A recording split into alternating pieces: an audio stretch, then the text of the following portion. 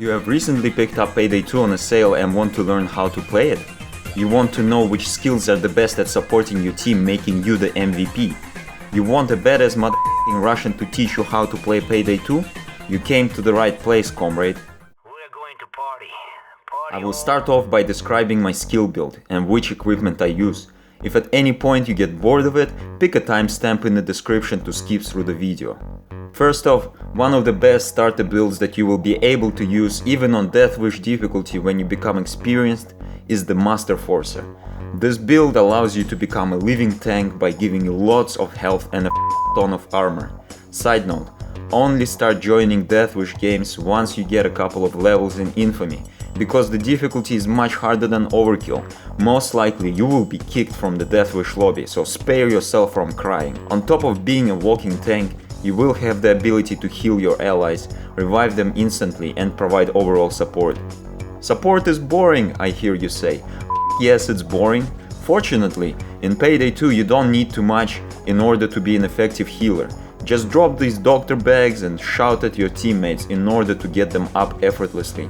Rest of your time you can dedicate to turning live cops into dead cops.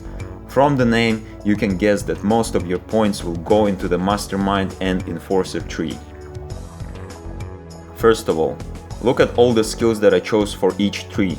If your level is not high enough, f it. Just get as many skills as you can and ditch the Ghost and Fugitive skills. You will be able to make this same build only when you get a few levels of Infamy. Is it hard to become infamous, I hear you ask? The answer is no. Follow this guide, learn how to be an effective player, and you will be able to complete heists that grant you some serious cash and experience. From there, it will be really easy for you to level up. The skills that you are aiming to get are the Doctor Bags Aced, Inspire Aced, and Improved Combined Tactical Vest or ICTV. Doctor Bags Aced will allow you to deploy 2 bags instead of 1 and increase the amount of charges in each bag by 2. Each Doctor Bag charge not only heals you up, but also resets your downs counter. Remember that you can only go down on someone 3 times before you go into custody, and so Doctor Bags will give you 8 charges or ability to go down 32 times in total. Comrade, remember not to use them unless you went down on someone 3 times. Going down on the Cloaker doesn't count though. Other notable skills are the Dominator, which let you dominate cops and turn them into your bitches, allowing you to sell them later to break your teammates out of custody. Stun Resistance is also a useful skill. It lowers flashbang duration because flashbang f***ing suck. If I ever meet the creator of a flashbang, I would shove one up his butt and pull the ring. Make sure to get the fully loaded skill aced. It will increase your ammo pool and ammo pickup rate from the fallen foes. This way you won't be one of those ammo bag fiends who constantly waste their ammo and suck the ammo bag dry within minutes. Also, aim to get headshots and don't spray with your gun, leave that to your penis. Read about the other skills in your own time. The ones I chose are the ones I like the most, but feel free to adjust to suit to your own needs. For example, if you play with a shotgun, then you might want to pick up some shotgun skills instead of other enforcer skills. Enough of the skill build talk. Get the muscle perk deck, cause it gives you lots of health and ability to health regen. Also, no DLCs are needed for it, just make sure you unlock the whole damn thing as soon as possible. Let's talk about weapons. Most weapons in Payday 2 suck a massive donkey dick. They are either too weak or too inaccurate or have like 3 bullet ammo pool. What you want to get is the M308 or the Car 4. They are good starter weapons and provide plenty of firepower. The reason I like them is because M308 has low ammo pool but higher damage, and Car 4 has more bullets but is significantly weaker. So make your choice, depending if you're a good shot or a weak ass pussy.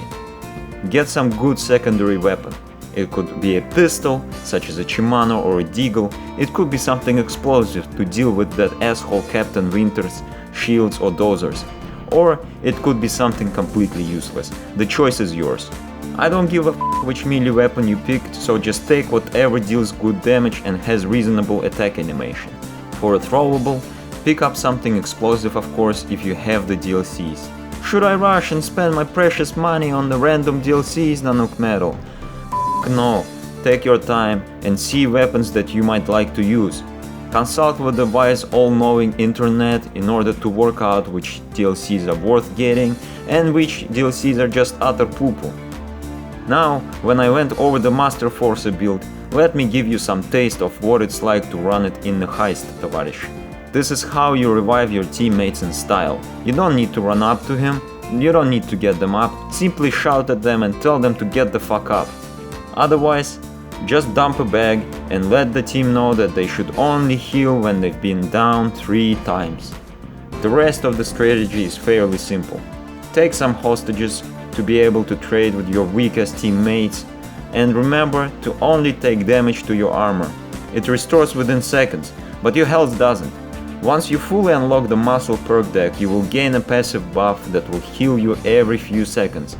Nevertheless, aim to take damage to your health only in the direst of the situations.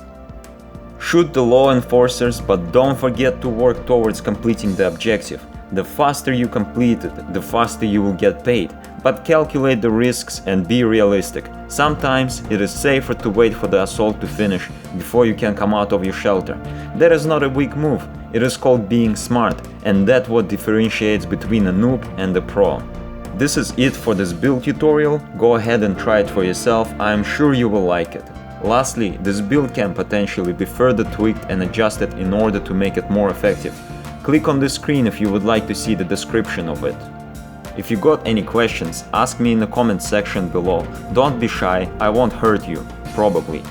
Don't forget to rate and subscribe if you like this video and want to see more of things like this. Check out my other tutorials such as this heist tutorial on the right to give you some taste of what it's like to stealth in Payday 2. I will see you later, bye bye.